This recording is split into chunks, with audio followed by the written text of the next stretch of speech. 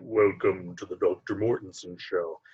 Hey guys, we're back with lecture 38. I have some updates for you on the final exam. So yesterday, about 3,000 students took an exam on Learning Suite, and it nearly crashed Learning Suite. And during finals week, there's going to be a lot more than 3,000 people at a time taking exams, and a lot of people are using Learning Suite for that. And so we want to make it so you can actually take exams during finals week, and so we're actually going to switch your final exam to Proctorio. So this was the program we were thinking about using for exam 3. We opted not to use it because it requires that everyone has a camera and microphone. But what we're going to do is try and give the exam to everyone on Proctorio.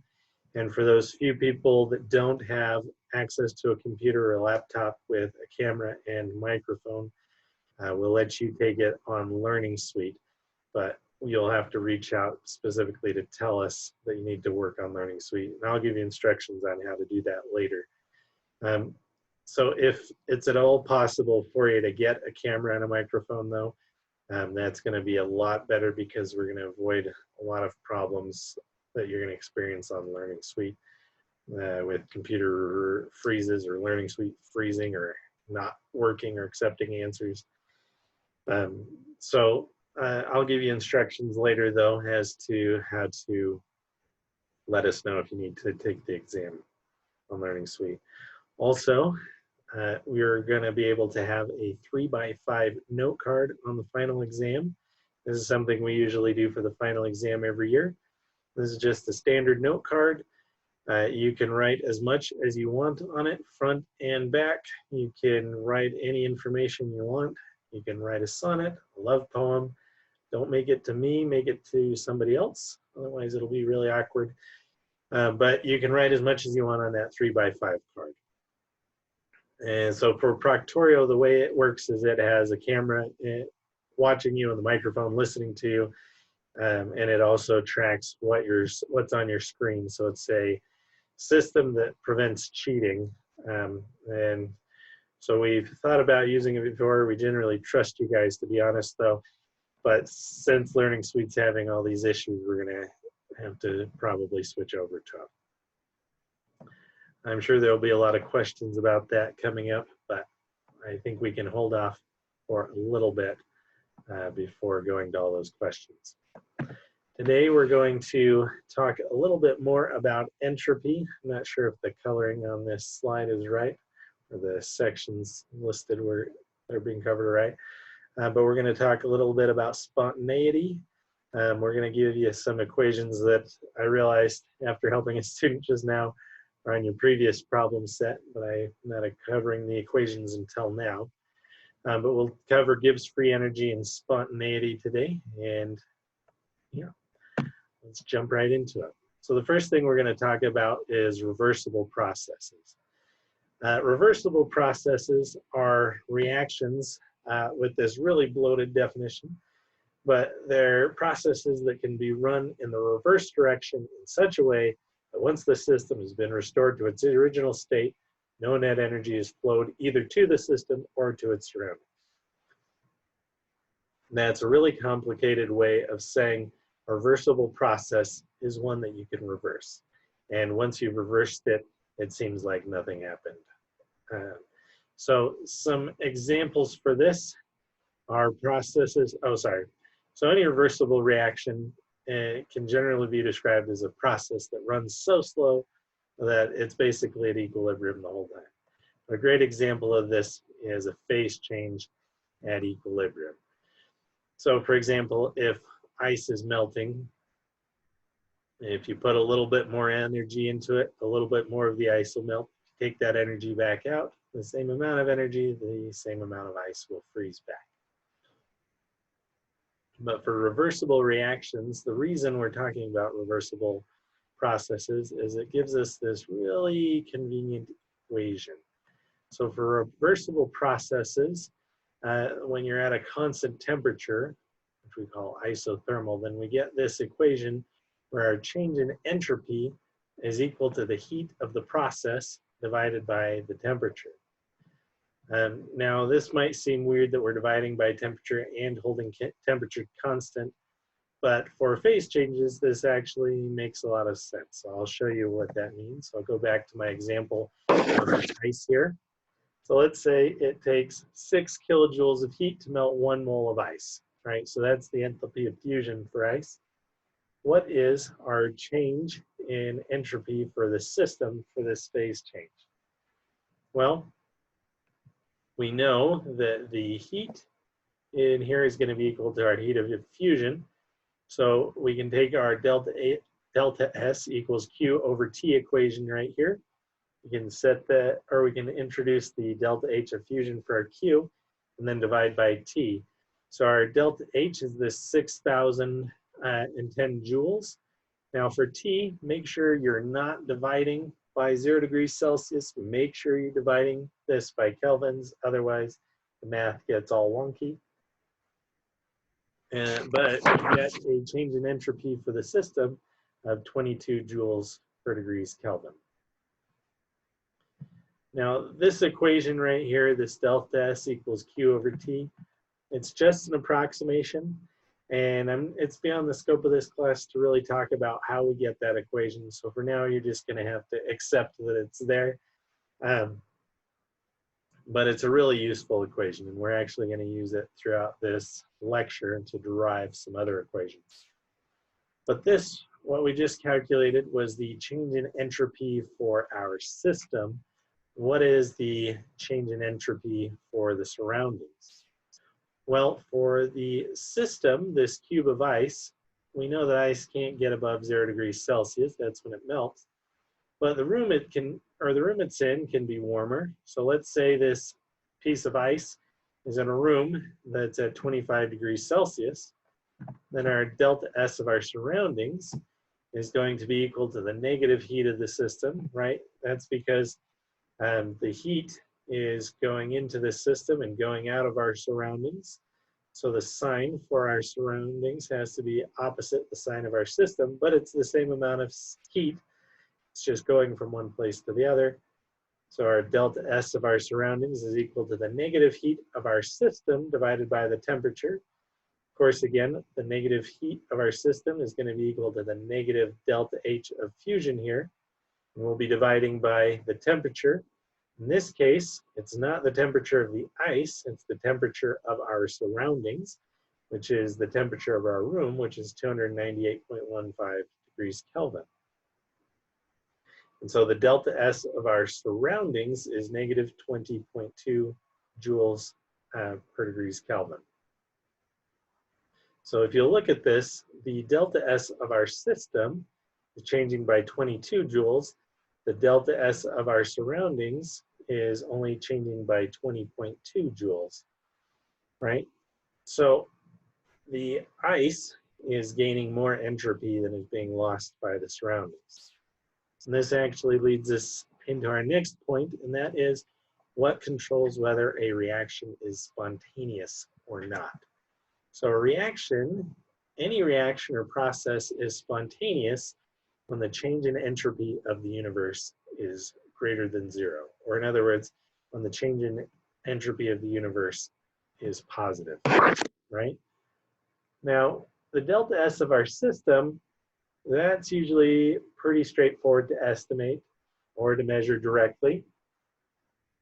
But the delta S of our surroundings can be a little harder to, right? And the reason our delta S of our surroundings can be hard to figure out is because, for one thing, the surroundings are usually really big, and for another, the temperature doesn't usually change enough to even measure. Oftentimes, the change in temperature will be so small that it won't show up on a thermometer, and that heat will be distributed across so many molecules you'll never see it again. Right? So how do we calculate our delta S of our universe? We can get the delta S of our system, can't usually get the delta S of our surroundings. So we want a way of looking at a reaction or problem and being able to predict if it's going to be spontaneous or not. And so we need to find a workaround to calculate this delta S of our universe.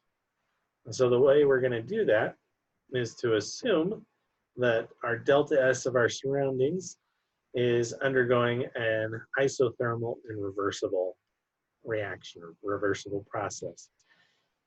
And the reason we're going to do that is because, one, it's an okay assumption. It's not perfect, but it's pretty close to true. The temperature does change very slightly, but not really measurably. And usually if you put a little heat into the air, you can pull the heat back out of the air. But the reason we're really going to want to do that is because it lets us make this approximation that the change in entropy of our surroundings is equal to the heat that our surroundings takes divided by the temperature of our surroundings. And I'll explain why that's important in a second. It's because this heat right here, well, we can measure the temperature of our surroundings really easily, and this heat that's being taken off by our surroundings is just equal to the heat given off by our system, right? So the heat of our surroundings and the heat of our system are always equal but opposite. That's always true. The heat has to come from somewhere, it has to go somewhere. So if it's going to the system, or it's going to the surroundings, it's leaving the system. If it's going to the system, it's leaving the surroundings. And so the value of the heat of the surroundings and the heat of the system is always the same.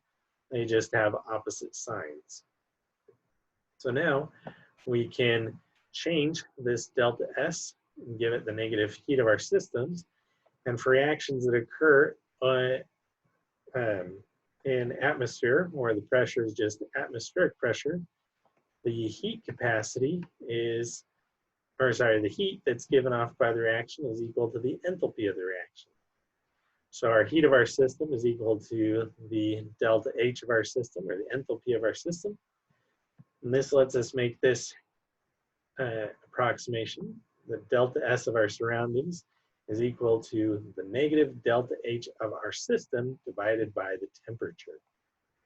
Okay, now the reason that's great is because now we can define the delta S of our universe in terms of the system, and we're not worried about the surroundings at all. Right, so we made some approximations to get here, and you don't have to understand all of those approximations. Like I say, those are beyond our scope. You'll get into those if you get into thermochemistry. You might touch a little bit on it in 106, but most of that's covered in kinetics. Okay, now this is a great equation, but it's not quite as useful as we'd like it to be. We can make it a little more useful, so I'm going to move this equation up here to the top of the screen. Then we're going to multiply everything by this negative t value right here. So what that's going to do is it's going to turn our equation into this equation. So now it's negative t times the change in entropy of the universe is equal to the change in enthalpy of our system minus the temperature times the change in entropy of our system. Now for this guy, we said that if our change in entropy of the universe was positive, then something is spontaneous. So for this guy, if this is positive, this will be spontaneous, but that'll make this whole term, the negative t delta S, negative. So for this equation, for something to be spontaneous, this term has to be less than 0. And now we are almost where we want to be, but now we're still determining if something is spontaneous based on what's happening to the universe. We want to be able to just look at the system, so we're going to actually change this definition. This is literally all we're doing is defining this as something else. We're going to define it as delta G of our system, and that gets us to this equation.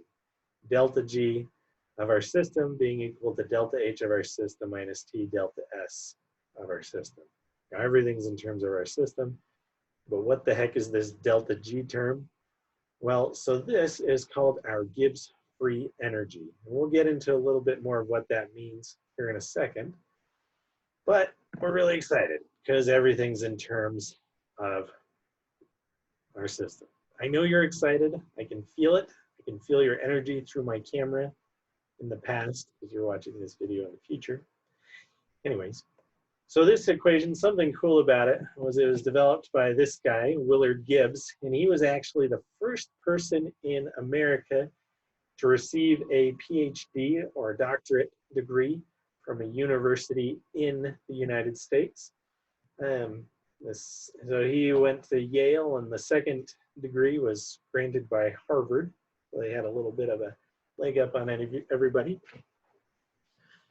But what does this Gibbs free energy actually mean? Well, let's talk about that. So delta H is the total energy of the system. So H is the total energy of the system, and the delta H is how much that energy changes.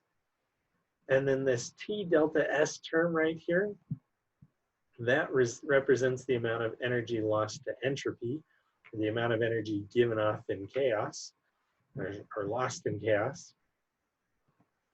And so this energy associated with T delta S isn't available to do any work. And so this delta G is equal to the amount of energy available to actually do useful work. So we change the energy of the system. Some of that energy is lost to chaos. Some is left for us to do work. And we call this energy left to do work free energy. So it's the energy that's still free or available to do useful work. All right, so let's talk a little bit about this. I know some of you are still looking at this and saying, I have no idea what you said. That's fine. If you play with it and practice it a little bit, I'm sure you'll get at least the hang of some of the math. Okay? So with this equation, we use it to look at processes and reactions. And so in every reaction, some energy is lost due to entropy. It's just given off to the universe. We're never getting it back. So when it comes to work and energy, if we look at the first law of thermodynamics, it says the change in energy of the universe equals 0. That says we can never produce more energy than we start with. Okay, so we can never get ahead in the amount of energy that we have. But this equation actually says that some amount of energy is always lost. So we can't even break even. And that anytime we undergo a reaction, we're losing some amount of energy to our universe, and we can't get it back. And at what point have we spent all the useful energy? Well, this is when we've reached that heat death scenario we talked about last time, or the cold death scenario, if you prefer words that actually make more sense. This is when all the energy in the universe has been used up and evenly distributed, and there's no more change in it. It'll be great. We'll all be dead by now. We'll be in heaven. All right, so let's talk about some sign conventions. Specifically, how do the signs of delta H and delta S affect spontaneity? Well, we know that delta S of the universe, if that's positive, then we have a spontaneous process. We have a process that once we get it going, snowballs, right? So you can think of this as rolling a ball of snow down the hill. It's not going to start rolling by itself, but once it's going, it can keep going unless something stops it, right? So that's a spontaneous process. So that's adding more chaos to the universe. Since delta G is equal to a negative times delta S, you have to have a negative delta G to be spontaneous. So positive delta S is spontaneous, negative delta G is spontaneous. And you should definitely memorize that. Now the rest of what we're going to talk about going forward, you can hopefully memorize, but if you can also logic through it, that's even better, okay? So if delta G is less than 0, if it's negative, that means the forward reaction is spontaneous. So if we're looking at a chemical equation that has a delta G value that's negative, that means that the reaction wants to move forward. If we have a delta G value equal to 0, that means our system is at equilibrium. That means either nothing is happening or that the forward reaction is happening at the same rate as the negative reaction, and so it looks like nothing is happening.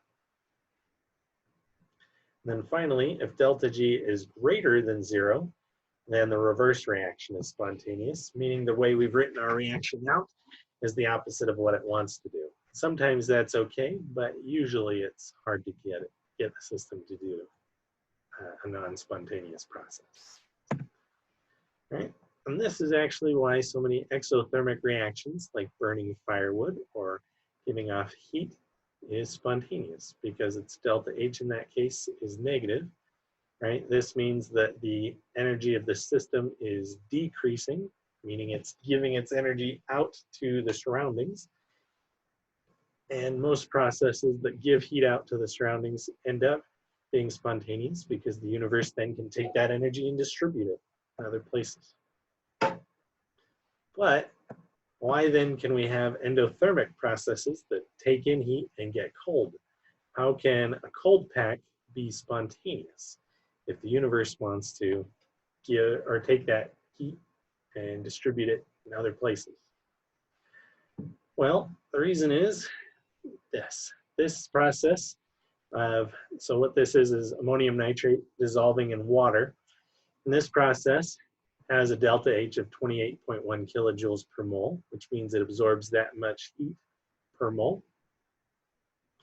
But it has a delta S of 108 joules per mole Kelvin. And so if you're at the right temperature, and we're looking at our delta G equation, then this term T delta S is going to be bigger than delta H. And because there's a negative here, and we're looking at the difference between delta H and T delta S, at high enough temperatures, this thing just becomes spontaneous, right? So at room temperature, if we plug our delta H and delta S values into that Gibbs free energy equation right up here, then we have delta G is equal to 28,100 joules minus 298 Kelvin times 108 joules per Kelvin. When we multiply these numbers out and find the difference, we find that the total Gibbs free energy here is negative 4,084 joules. That's negative, so this process is spontaneous. What that means is, even though this system is taking in heat, the amount of chaos it's also creating is big enough that it's going to overcome the heat that's being taken in. Hopefully that makes sense to you. If not, please reach out to me and let me know. I'm free to hold video conferences and go through problems with you. Okay. But let's look now at temperature and how it affects spontaneity. The way we're going to do this is by looking at delta H and delta S, whether they have a positive sign or a negative sign. And we'll just go through this systematically. So what we said, right, was delta G has to be negative for this to be spontaneous. What happens if delta H is negative and delta S is positive? Well, then we have a negative minus a positive, and that's the same as a negative minus, well, a negative plus a negative, which would be a negative. So if your delta H is negative, and your delta S is positive, then delta G is always going to be a negative. And that means it's always going to be spontaneous. What happens if your delta H is negative and your delta S is negative? Well, then you have a negative minus a negative, and that's the same as a negative plus positive. And if you're adding a negative and a positive number together, if the negative number is bigger, then the answer will be negative. If the positive number is bigger, then the answer will be positive. So with this guy, the delta G is negative when the delta H is bigger than the T delta S. And that can only happen when T here is small. So if T is small, T times your delta S is going to be a small number, and your negative number is going to be bigger than your positive number. So when you have delta H and delta S as being negatives, your delta G is going to be negative at low temperatures, positive at high temperatures. So it's going to be spontaneous only at low temperatures. What if these guys are both positive? Well, then you have a positive minus a positive. If this guy is bigger, then delta G will be positive. If this guy's bigger, delta G will be negative. This guy can only be bigger if the T delta S is bigger than delta H. That means that T is going to have to be big. So if they're both positive, your delta G is going to be negative only at high temperatures. That means you're only going to be spontaneous at high temperatures. Right? If your delta H is positive and your delta S is negative, then that's going to be a positive minus a negative. That's going to be the same as a positive plus a positive. And that's going to mean delta G is always going to be positive. And that means that your process is never going to be spontaneous. It's very sad, I know. So with this, if our delta H is negative and our delta S is positive, that'll always be spontaneous. If delta H is positive and delta S is negative, that's never going to be spontaneous. But if delta H and delta S are both negative or both positive, then you actually have a crossover temperature, where these things are spontaneous at certain temperatures and not spontaneous at other temperatures. A great example of this is, again, our ice cube. So ice cubes melt at certain temperatures, and at some temperatures they don't melt.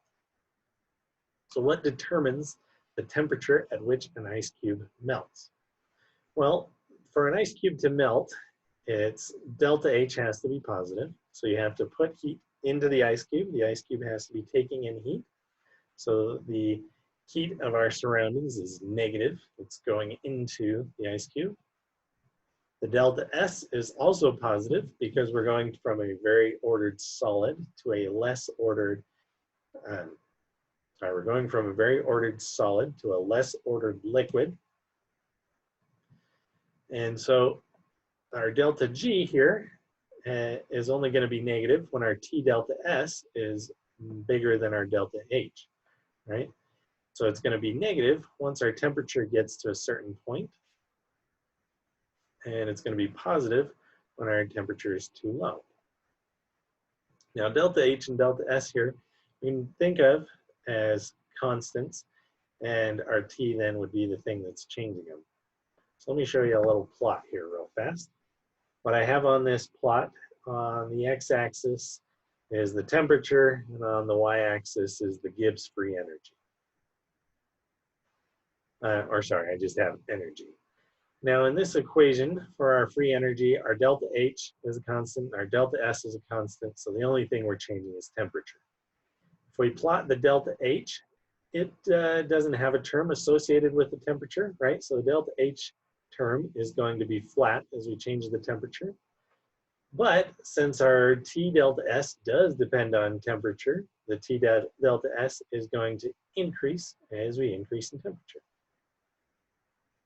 If we're down here in this range where our T delta S is less than our delta H value, so the purple line is below the green line, well then in that region our delta G is going to be positive. We're not going to be spontaneous. If we keep going up and get past the point where our T delta S is bigger than our delta H, then delta H minus our T delta S will be a negative number. We'll have a spontaneous region up here. And so the thing that defines the melting point of ice is the point where the T delta S term, or the amount of energy being released to chaos, is greater than the amount of energy needed to melt. And that's all that controls it. It's this equation right here, delta G equals delta H minus T delta S. Pretty exciting, right? So the only way to know if a reaction is spontaneous at a temperature is to calculate the delta G at that temperature. And we'll get into that in a second, but I want to give you guys a quick practice problem to see if you understand what's going on. So for a reaction that is always non-spontaneous, that means delta G is positive at all temperatures, what are the signs of delta H and delta S? You want to pause that right now, try and figure that out. That would be great. Okay, we have to remember this equation, delta G being equal to delta H minus T delta S. For this to always be non-spontaneous, for delta G to always be positive, that would mean delta H has to be positive and negative T delta S has to be positive, right? So delta H has to be positive, T delta S has to be negative because negative T delta S has to be positive. Temperature is always going to be a positive, so delta S would have to be a negative. That way we'd have a positive delta H minus a negative delta S. That would be the same as a positive plus a positive, which would always result in delta G being positive. So that would have to be letter A right there. All right, now let's try a more practical problem. For the condensation of steam, predict the sign for delta H and delta S. If you want to work through that yourself, go ahead and pause it. Okay, so in this case, we can solve this without consulting any outside numbers. The reason for that is because we're just asking for signs of processes. We're not asking for the actual numbers here. But let's talk about the heat. Okay, for our system, this is steam condensing. So this is vapor gas or vapor water solidifying into a liquid, whether this is on grass or on the side of your cup. This is a phase change where we're going from a gas to a liquid. And to do that, our gas has to cool down. It has to give heat to the surroundings. That means the gas itself has to lose heat, which means that the gas has to have a negative heat. So our delta H is going to be negative for sure. Now we got to figure out if our delta S is going to be positive or negative. Well, we're going from a gas where the molecules are allowed to fly around and go crazy, and we're going to a liquid where the molecules are still allowed to move around quite a bit, but they're not nearly as free as they were as a gas. They're restricted to a specific volume now. And so our delta S, our chaos of our system, is decreasing, right? So if our delta S of our system, if the chaos of our system is decreasing, that means our delta S has to have a negative sign. Right? Now, based on that last question, where we say our delta H and our delta S are both negative, the condensation of steam is spontaneous at what? High, low, all temperatures, or no temperatures? Now, I know that you know, or at least I hope you know, that steam condenses at low temperatures. But why? And why is what I want you to understand. So remember, we have this delta G equals delta H minus T delta S equation, right? Well, if this is a negative and this is a negative, if delta H minus a negative, which is the same as delta H plus a positive, is competing here, if the negative T delta S term is more positive than the delta H term is negative, then delta G will be positive. It's as simple as that. So at what temperature does it become spontaneous? The spontaneity point, when we're determining when something becomes spontaneous, we're just going to set delta G equal to 0 and then solve for our other values. So in this case, we're asking at what temperature does it become 0? And so we have delta H minus T delta S equals 0. And we have delta H equals T delta S. And we just solve that for T, right? You'll just divide that delta S over. Now, you're going to have to calculate the delta G's for reactions. And the way you're going to do that is by combining a lot of information. So I could give you a reaction like this and say, calculate the delta G for this reaction. And I would give you basically no information. So then what you'd have to do is you'd have to open up Appendix 4 in your book. That's at the back of your book. It's in the pages that I think are highlighted blue on the edges of the pages. You'd have to calculate your delta H and your delta S. So for these, you just use Hess's law. You'd calculate the delta H of the reaction, right? You just take the delta H of formation for the reactant or for the products, subtract the delta H of reactants. And I'm not going to go through all of that. I'll just give you the answer here.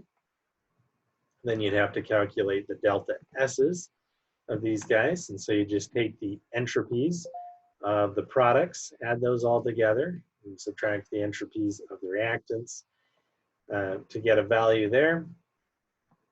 And then all you have to do is plug everything in and calculate this out.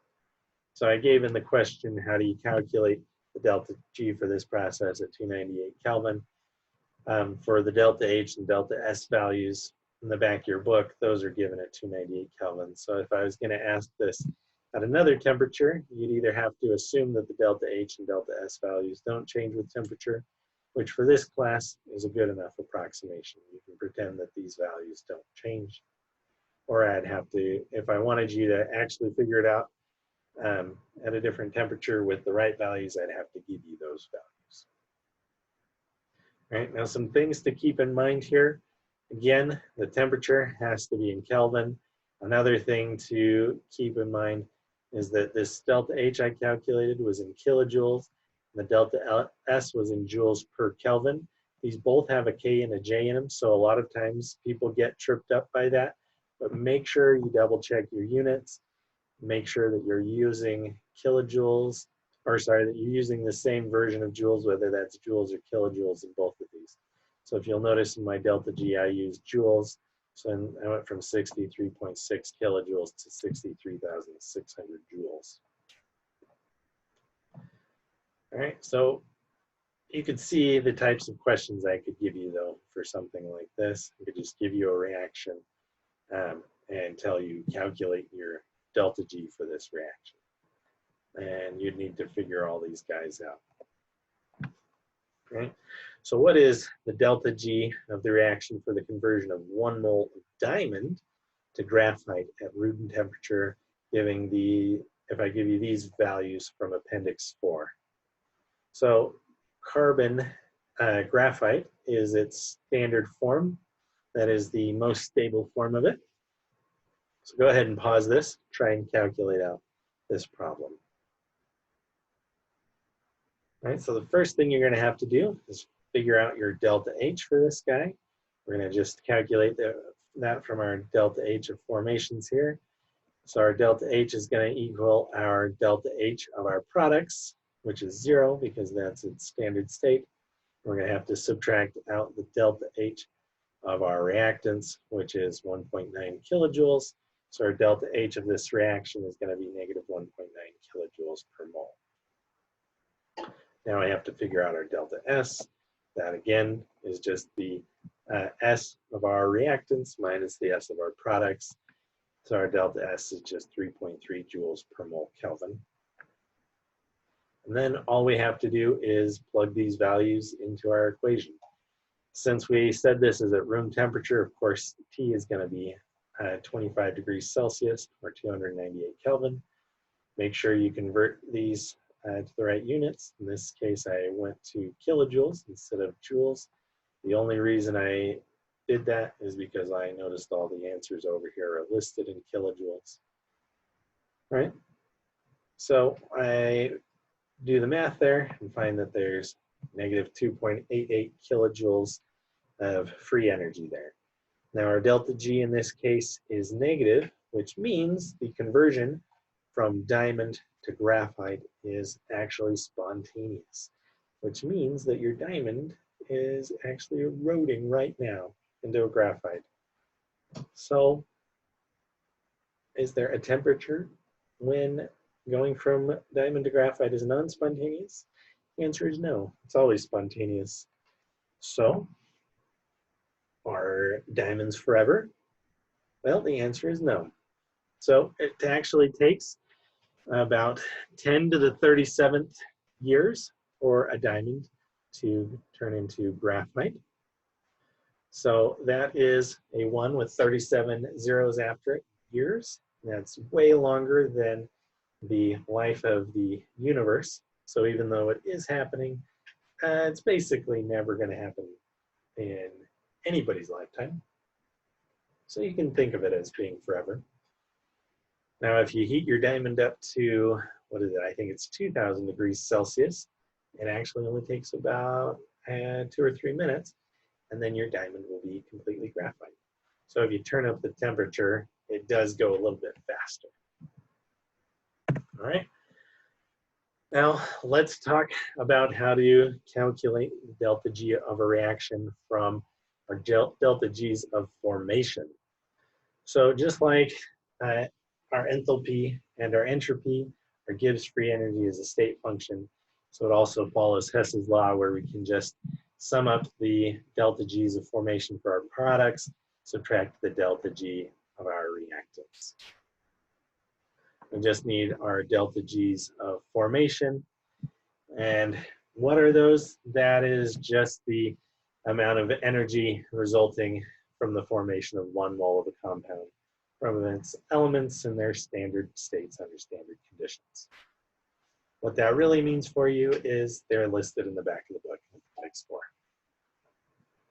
Right, so if we want to figure out the delta G of this reaction, this would just be equal to the delta G of formation of water, because we're forming 1 mole of water from elemental hydrogen and elemental oxygen. Right, so just go to Appendix 4 and you will find those. So let's figure out what our delta G of formation is. If we put ammonium nitrate into water and we get the ammonium plus ion and the nitrate minus ion. Well, we have our delta G's of formation listed here. And these are just taken from your Appendix 4 in the back of your book. You'll notice that actually all of these are spontaneous to form. So let's see if ammonium nitrate dissolving is spontaneous.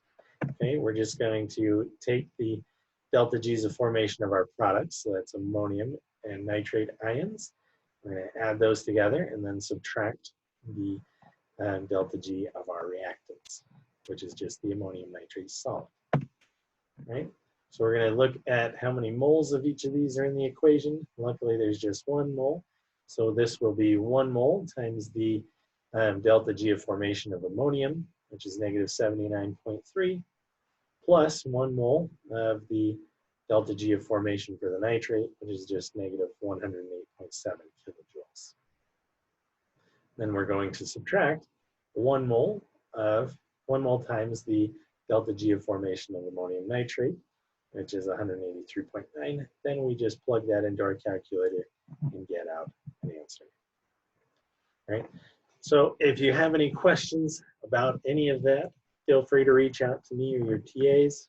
We're here to help you. And feel free to reach out as you're studying for the final exam if you have problems. All right, so I'm going to give some practical examples of delta G in action. We're going to talk a little bit about some living organisms that need energy to do things. So your body needs energy to do everything, right? To flex your arm, you need muscles. My hand disappeared. Yeah, well. All right, to transport things in your cells, you need energy for that, to pump blood through your body, right? Now, most of these aren't spontaneous processes, and so you have to have another spontaneous process giving energy to these. And they're usually typically coupled with the hydrolysis of ATP. And so unfortunately, though, the formation of ATP isn't spontaneous either. So you have to couple this with another process, the breakdown of food. And breakdown of food is usually spontaneous, and it requires some activation energy. And that's usually gained by the heat of your body or by other chemical processes. But all these things that your body does, including your energy source of the formation of ATP, is not spontaneous. And so it has to be coupled with the reaction of food breakdown. All right, one of these food breakdown processes is called glycolysis. And we're not going to go super deep into this. You'll get to do that plenty in biochemistry. But in glycolysis, we convert glucose, which is a sugar, to glucose 6-phosphate. So we add this phosphate to one of these groups and we knock off an OH group. And this OH combines with the H on this hypophosphate to form water. But anyways, this breakdown of food, I'm saying some things backwards, but this breakdown of food has a delta G of 13.8 kilojoules per mole. So it's not spontaneous. I think I said that backwards. I think I said the breakdown of food was spontaneous and breakdown of ATP was not. So I think I got those backwards. All right, so this is a non-spontaneous process, but at the same time, for this process to happen, it requires ATP, which is adenosine triphosphate here. It's called triphosphate because these 3 phosphate groups. It has to break down to adenosine diphosphate, and that process has a delta G of negative 30.5 kilojoules per mole, right? Which means this process is spontaneous. And so if you have the change of ATP to ADP are coupled with glycolysis, then total, your delta G is negative 16.7 kilojoules. So this is just one way simplified example of how coupling 2 reactions makes something spontaneous. Another example is cell transport, or the transport of things across a cell membrane. So oftentimes you want to get a bunch of stuff into your cells, but you already have a bunch of that stuff in your cells. So it's not very spontaneous for that stuff to go across. And oftentimes it's very very non-spontaneous.